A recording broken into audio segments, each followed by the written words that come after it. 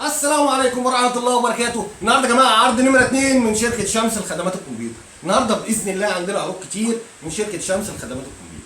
العرض نمرة 2 النهارده هنتكلم في الديل البريسيشن ال 3510 والديل البريسيشن ال 3510.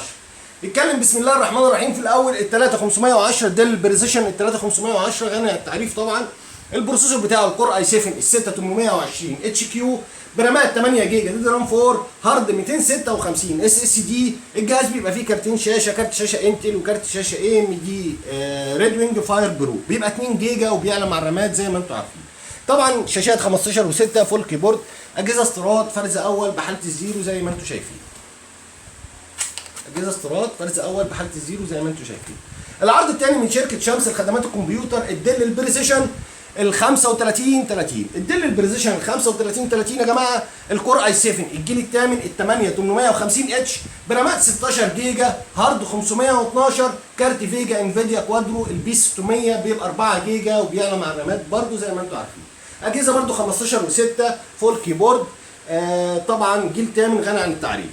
الجهازين يا جماعه شاشه تاتش، سواء ال 3510 شاشه تاتش وال 3530 شاشه برضه تاتش. وسعر الجهاز ال 3510 لفتره محدوده سعره 9000 ونص لفتره محدوده ان شاء الله. اجهزه استيراد فرز اول بحاله الزيرو. وسعر ال 3530 سعره لفتره محدوده 16000 جنيه، وان شاء الله الاجهزه كلها فرز اول بحاله الزيرو. هتعجبكم باذن الله.